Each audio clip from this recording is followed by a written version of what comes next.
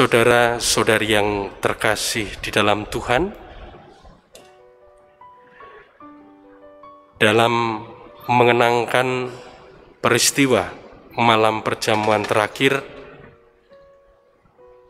kita selalu mendengarkan Injil Yohanes yang menceritakan kisah ketika Yesus dan para murid melakukan perjamuan terakhir dan Yesus melakukan pembasuhan kaki. Kisah pembasuhan kaki ini oleh Petrus memang dimengerti sebagai bentuk Yesus yang mau merendahkan diri, mau menjadi hamba. Dan kita pun seringkali juga memahami, memberikan makna membasuh kaki itu sebagai bentuk bahwa kita ini mau rendah hati, kita mau merendahkan diri, kita mau melayani orang lain, dan sebagainya. Tentu itu bukan suatu yang salah, tentu itu bukan sesuatu yang tidak tepat.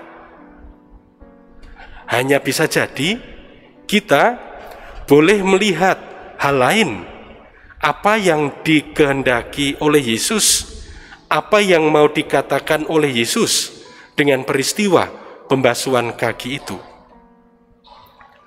Saudara-saudari yang terkasih dalam Kristus, memang kita mengetahui dari dalam kitab suci bahwa pembasuhan kaki itu memang tradisi dari bangsa Yahudi.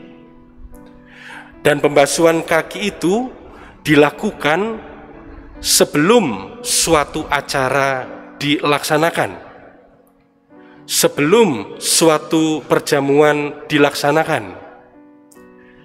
Jadi setiap orang yang mau masuk ke rumah untuk ikut dalam perjamuan, suatu perjamuan, maka ia di luar rumah itu akan membasuh kakinya, membersihkan kaki untuk bisa masuk ke rumah, dan juga menandakan bahwa mereka siap ikut serta dalam perjamuan itu.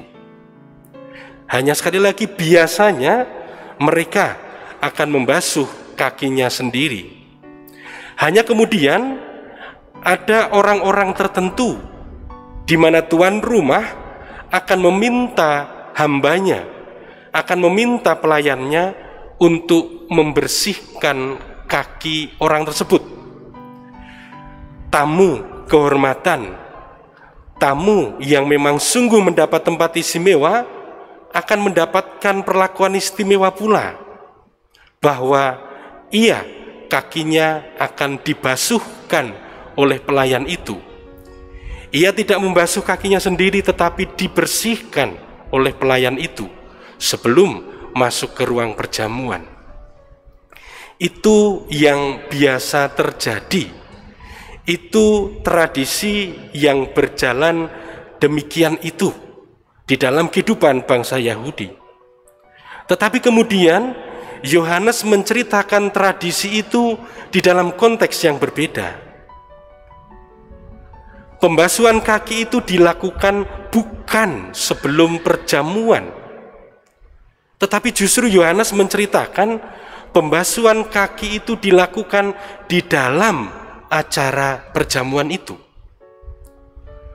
Dan kemudian yang menarik juga, yang membasuh kaki bukan para rasul sendiri atau bukan orang lain, tetapi Yesus yang punya gawe, Yesus yang punya acara perjamuan itu. Dia sebagai tuan rumah, kemudian dia yang membasuh kaki para rasul itu. Maka di situ kita juga bisa melihat beberapa hal, bahwa para rasul bagi Yesus itu adalah orang-orang terhormat.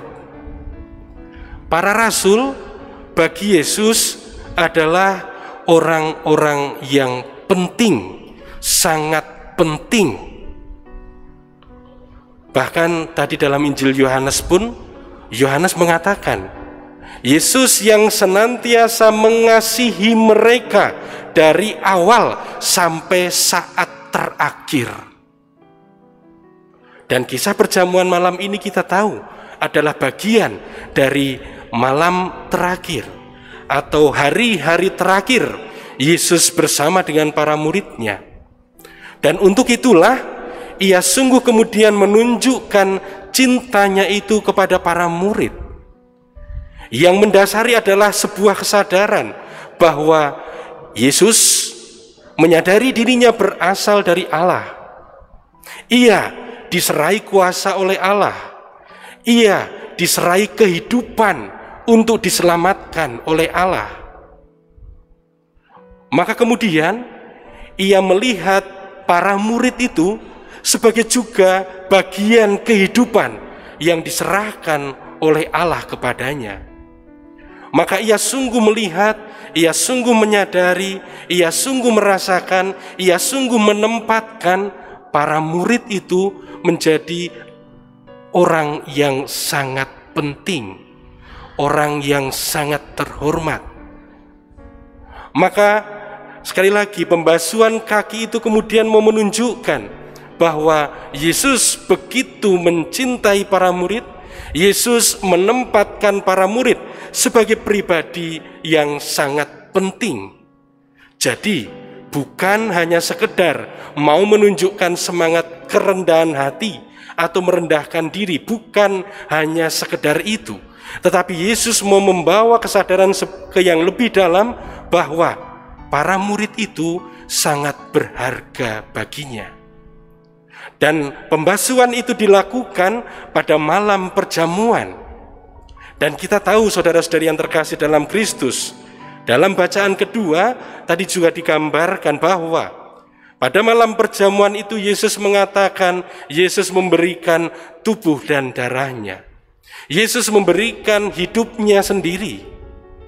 Maka di situ, karena Yesus sungguh menyadari bahwa para murid itu begitu berharga, para murid itu begitu berarti baginya, maka ia pun pada hari-hari terakhirnya tidak membiarkan para murid sendirian.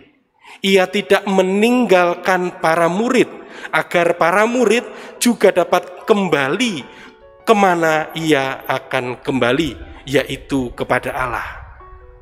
Yohanes mengatakan bahwa Yesus menyadari ia berasal dari Allah dan akan kembali kepada Allah. Maka karena ia sungguh mencintai para murid, ia mau membawa para murid juga untuk kembali kepada Allah.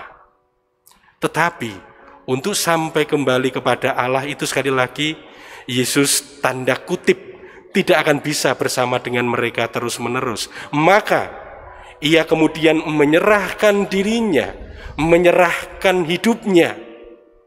Maka dalam perayaan Ekaristi kita selalu mengenangkan, kita selalu menerima, kita selalu meyakini bahwa dalam tubuh dan darahnya itulah wujud cinta kasih Yesus yang begitu besar, yang mau tetap tinggal di dalam diri kita.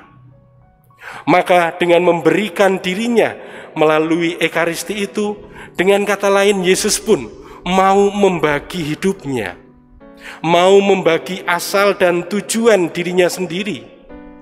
Atau dalam suatu istilah dalam bahasa Jawa kita mengenal, Yesus mau berbagi sangkan paran, asal dan tujuan hidupnya, yaitu Allah, yaitu keilahian. Dan dengan cara membagikan asal dan tujuan hidupnya, membagikan keilahian itu sendiri, itulah menjadi wujud cinta kasih Yesus yang begitu besar. Itu menjadi wujud yang nyata dari cintanya untuk menyelamatkan para murid. Oleh karena itu saudara-saudari yang terkasih dalam Kristus, dalam perjamuan malam itu kita mengenangkan dua hal. Yang pertama, kita mengenangkan bahwa Kristus begitu mengasihi murid-muridnya, bahwa Kristus menempatkan para muridnya sebagai pribadi yang sangat penting, yang sangat berharga. Maka karena para murid itu pribadi yang sangat penting, yang sangat berharga, ia mau membawa para muridnya kepada keilahian dengan cara ia berbagi hidupnya. Ia berbagi asal dan tujuan hidupnya. Ia membagikan sangkan paran dari hidupnya sendiri melalui Ekaristi itu. Dengan demikian, para murid kemudian sungguh menyadari Yesus yang mengasihi mereka tidak pernah meninggalkan mereka. Maka di dalam perjalanan selanjutnya, para murid sungguh mengalami bahwa kesulitan, penderitaan tidak memporak-porandakan mereka, tetapi justru semakin meneguhkan mereka untuk bersatu. Dan iman para murid itulah, para rasul itulah yang sampai kepada kita, yang pada malam hari ini pun, pada sore hari ini pun kita rayakan sebagai murid-muridnya.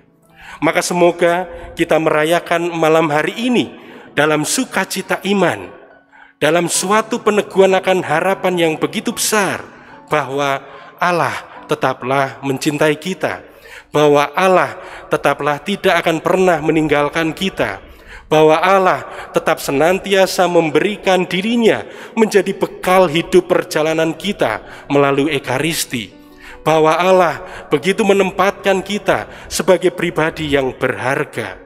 Di sisi lain, semoga semangat ini pun menjadi kekuatan bagi kita. Tidak hanya keyakinan kita kepada Allah yang mengasihi itu, tetapi juga semoga kita pun juga dihidupi oleh Allah yang mengasihi itu, sehingga kita pun mau menempatkan sesama kita sebagai pribadi yang sangat penting, sebagai pribadi yang sangat berharga, karena kita adalah sesama, karena kita adalah ciptaan Allah, sama-sama ciptaan yang sedang dalam perjalanan untuk kembali kepada keilahian itu. Semoga kita semakin menempatkan sesama sebagai pribadi yang penting, dan kita senantiasa menghendaki yang baik, yang selamat bagi sesama kita.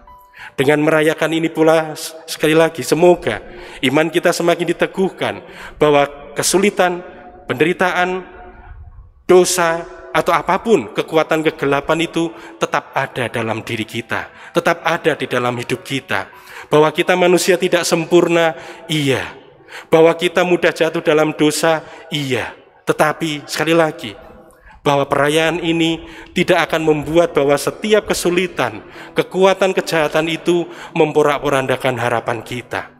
Kita tetap berpegang teguh Allah yang mengasihi kita, Allah yang menempatkan kita sebagai pribadi yang sangat penting, Ia yang senantiasa memberikan dirinya kepada kita, dan kita pun mau berbagi harapan itu dengan sesama kita, dengan menempatkan pula sesama kita sebagai pribadi yang sangat penting, dengan menempatkan siapapun di dalam hidup kita sebagai orang yang sungguh berharga, sehingga kita senantiasa menginginkan yang baik, menginginkan yang benar, dan menginginkan yang mendatangkan keselamatan bagi sesama kita.